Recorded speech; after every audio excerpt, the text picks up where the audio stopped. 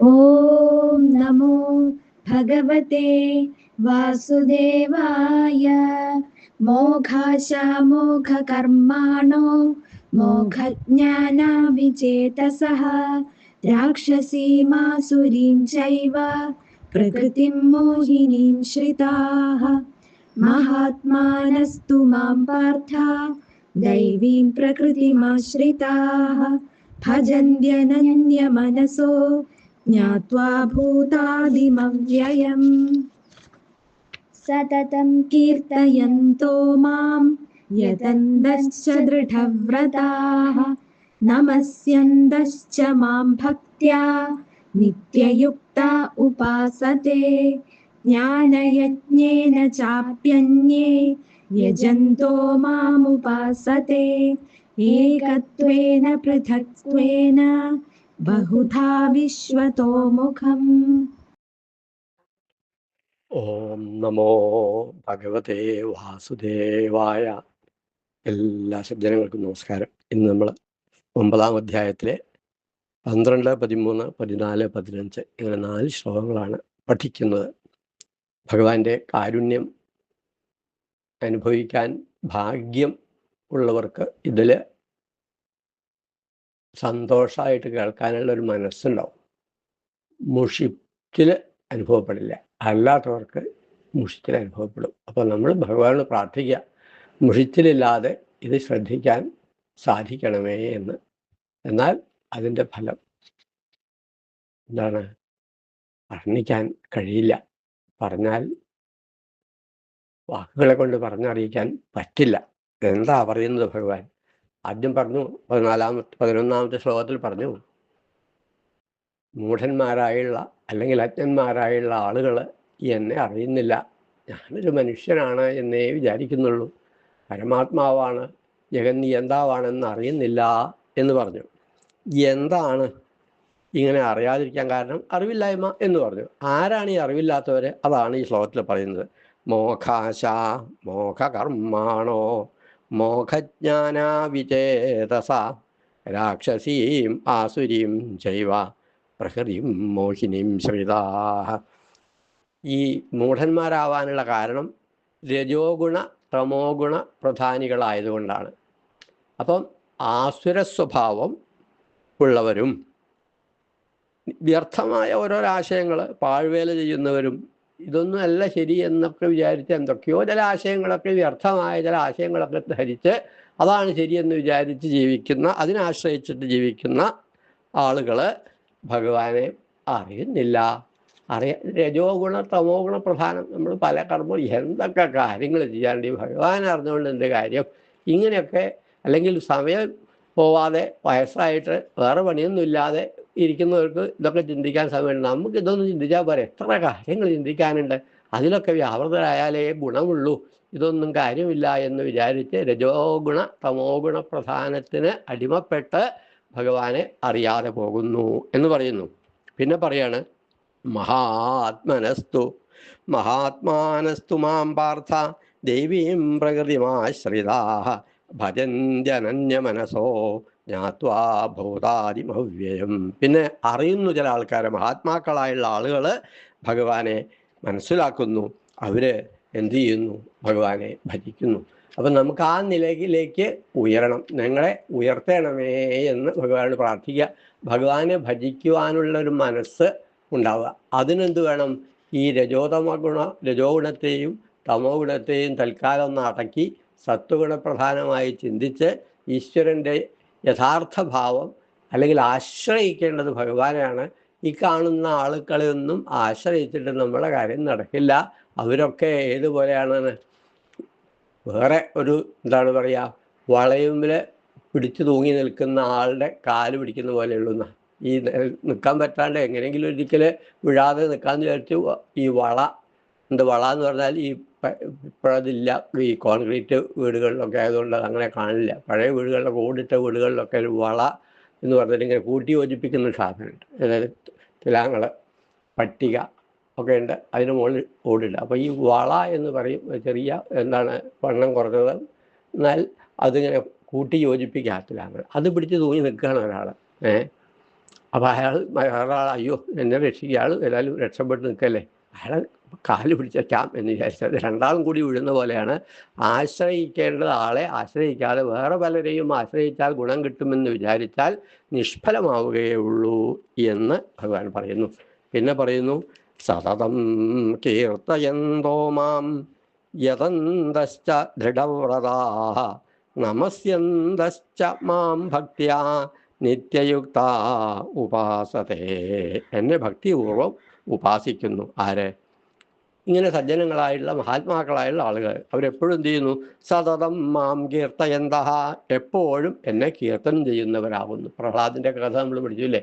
എപ്പോഴും ഇങ്ങനെ ഭഗവാനെ പറ്റി മാത്രം ചിന്തിച്ചുകൊണ്ട് അങ്ങനെ മറ്റുള്ള കുട്ടികളെ പോലും നാമം ജപിക്കുവാൻ പഠിപ്പിച്ച് അതിനെ പ്രേരിപ്പിച്ച ഒരു ഭക്തനായിരുന്നു പ്രഹ്ലാദ്, അല്ലേ? അതുപോലെ സതതം കീർത്തയന്തോമ, എപ്പോഴും ഭഗവത് ധ്യാനനിരതനായിട്ട് ഭഗവത് നാമം ജപിച്ചുകൊണ്ട് അങ്ങനെ അവർ കഴിയുന്നു. അപ്പോൾ അത് പ്രാക്ടിക്കലായിട്ട് ചിലപ്പോൾ നമ്മൾ പറയും അങ്ങനെ ജപിച്ചിരുന്ന കാര്യം നടക്കുമോ? അത് വേണ്ട. അതിനാണ് ശ്രീരാമകൃഷ്ണൻ പറഞ്ഞത് ഒരു കയ്യ് ഭഗവാനിലേക്ക്, മറ്റേ കൈ കൊണ്ട് ലൗകിക കർമ്മങ്ങൾ ചെയ്യുന്നു. അതുപോലെ ഭഗവാനെ സ്മരിച്ചുകൊണ്ട് കർമ്മം ചെയ്യുക. കർമ്മം ചെയ്യാതെ ഈശ്വരൻ ധ്യാനിച്ച് മാത്രം ഇരുന്നാൽ പറ്റില്ല. നമ്മൾക്കൊക്കെ ഓരോരോ നിയുക്തമായ കർമ്മങ്ങളുണ്ട്. ആ കർമ്മം ചെയ്യുക, കൂട്ടത്തിൽ എന്തുകൂടി വേണം?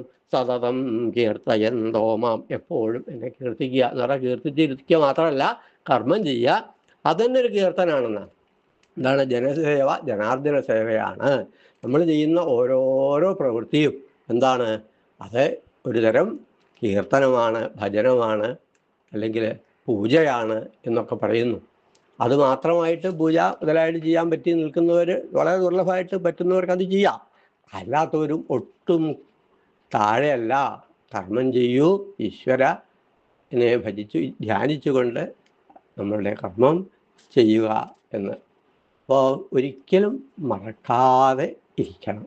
ഈശ്വരനെ മറക്കരുത്. മറന്നാൽ എന്താവും?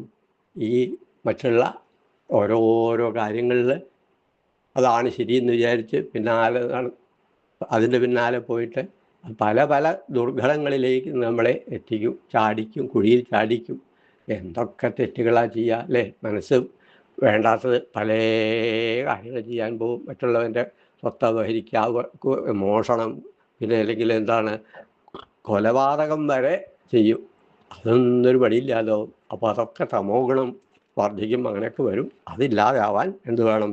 സതതം കീർത്തയന്തോ മാം യതന്തശ്ച ദൃഢവ്രതാഃ. ദൃഢവ്രതാഃ യതന്തശ്ച, ദൃഢവ്രതരായും പ്രയത്നശാലിയും. നല്ലോണം പ്രയത്നിക്കണം. ഈശ്വര സേവയ്ക്ക് എളുപ്പമൊന്നുമല്ല, നന്നായിട്ട് പരിശ്രമിക്കുക. ദൃഢവ്രതാഃ നമസ്യന്തശ്ച, ഭഗവാനെ നമസ്കരിക്കുക. കൃഷ്ണായ വാസുദേവായ ഹരേ പരമാത്മനെ പ്രണതക്ലേശനാശായ ഗോവിന്ദായ നമോ നമ എന്ന് പറഞ്ഞ് അങ്ങോട്ട് നമസ്കരിക്കുക. നാമം ജപിക്കുക, പ്രദക്ഷിണം വയ്ക്കുക, ഇങ്ങനെയൊക്കെ ചെയ്തുകൊണ്ട് ജീവിക്കുക. അതിന് പറ്റാത്തവർ അവനവൻ ചെയ്യേണ്ടതായുള്ള കർമ്മങ്ങൾ ചെയ്ത് ഈശ്വരാർപ്പണമായിട്ട് ഈശ്വരനെ സ്മരിച്ചുകൊണ്ട് ചെയ്യുക. അപ്പം എന്ത് വരില്ല? നമ്മൾ തെറ്റായ വഴിക്ക് പോയില്ല എന്ന് പറയുന്നു. പിന്നെ പറയുന്നു ജ്ഞാനയജ്ഞേന ചാപ്യന്യേ യജന്തോ മാം ഉപാസതേ ഏകത്വേന പൃഥക്ത്വേന ബഹുധാ വിശ്വതോ മുഖം. പിന്നെ വേറൊരു കൂട്ടർ ജ്ഞാനികളായുള്ള ആളുകൾ അവരെന്ത് ചെയ്യുന്നു? അവരും എന്നെ ഉപാസിക്കുന്നു. ഈശ്വരനും ഞാനും രണ്ട് എന്ന രീതിയിൽ എന്ന് പറഞ്ഞാൽ ഈശ്വരൻ പരമാത്മാവ്, നമ്മൾ ഓരോരോ ജീവാത്മാക്കൾ. ആ ഭഗവാനെ ഭജിക്കുക, ഈശ്വരനെ ഭജിക്കുക. ഞാൻ തന്നെ ഈശ്വരൻ എന്ന് വിചാരിച്ച് നിൽക്കുന്ന ഒരവസ്ഥ. ഞാനും ഈശ്വരനും രണ്ടല്ല, അഹം ബ്രഹ്മാസ്മി തത്വമസി എന്നൊക്കെ രീതിയിൽ ചിന്തിച്ചുള്ള ജ്ഞാനികളായുള്ള ആളുകൾ ഒരു തരം. ആ ജ്ഞാനികൾ തിരക്കടില്ല, അത്രയൊക്കെ എത്താൻ നല്ല വിഷമം. ഞാനും ഭഗവാനും ഒന്ന്, അദ്വൈതം, അതൊന്നും വേണ്ട, രണ്ടെന്നെ ആയിക്കോട്ടെ. എന്താണ്? ഞാൻ വെറും എന്താണ്? കേവലം ഞാനൊരു നിസ്സാര ജീവിയും. നിസ്സാരനാണ്. വിചാരം പറഞ്ഞ മതി. ക്വാഹം ദരിദ്ര പാപിയാൻ കൃഷ്ണ ശ്രീനികേതന. ഭഗവാൻ ലോകൈകനാഥനായ ഭഗവാൻ എവിടെ? ഞാനെവിടെ? ഞാൻ ദരിദ്രനായും പാപിയായുള്ള ഞാനെവിടെ എന്ന് മാതിരി നമ്മൾ ആരുമല്ല. ഭഗവാനോട് പ്രാർത്ഥിക്കുക. ഭഗവാനെ എന്താണ്? അല്പമെന്നാകിലും കുറച്ച് സമയമെങ്കിലും എൻ്റെ ഈ വീട്ടിൽ പാഴ്കുടിയിൽ ആണത്, നല്ല വീടൊന്നുമല്ല, അതിൽ അല്പമെങ്കിലും വിശ്രമിക്കുമോ ഭഗവാനെ? അങ്ങനെയാണെങ്കിൽ ധന്യമാമെന്നുടെ ജീവിതമോർക്ക നീ. ഭഗവാനെ, ലേശം സമയം ചെലവഴിക്കുമോ? എൻ്റെ വീട്ടിലൊന്ന് വരുമോ? ഒന്ന് ഇവിടെ വിശ്രമിക്കുമോ?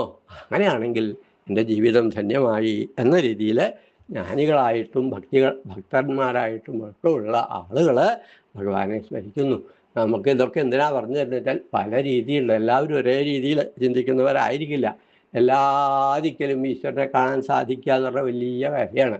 ഞാനും ഈശ്വരനും ഒന്ന് രണ്ടല്ല എന്നുള്ള അവസ്ഥയ്ക്ക് വളരെ ഉന്നതമായ ആശയമാണ്. അത് പ്രായോഗികമാക്കാൻ ബുദ്ധിമുട്ടാണ്. അങ്ങനെ പറ്റാത്ത സാധാരണക്കാർക്ക് പറ്റുന്നതാണെന്ത്? എൻ്റെ കൃഷ്ണനാണ്, ഞാൻ ഈ കൃഷ്ണൻ ഭജിക്കും, ഞാൻ ഈ നല്ല എനിക്ക് വേണ്ടി, അല്ലെങ്കിൽ ഞാൻ എനിക്ക് വേണ്ടി തയ്യാറാക്കിയതാണെങ്കിൽ നല്ലതൊക്കെ ഞാൻ ഭഗവാൻ സമർപ്പിക്കും, നിവേദിക്കും. അങ്ങനെ ഭക്തിയോടുകൂടി ഈശ്വരനെ ഉപാസിക്കുന്ന അവരും ജ്ഞാനികൾ തന്നെയാണ്. എല്ലാവർക്കും ഒരു മാർഗം, വ്യത്യസ്ത മാർഗമാണെങ്കിലും ചെന്നെത്താൻ സാധിക്കും ഭഗവാനിൽ എന്ന് പറഞ്ഞുകൊണ്ടാണ് ഈ 15-ാമത്തെ ശ്ലോകം സമർപ്പിക്കുന്നത്.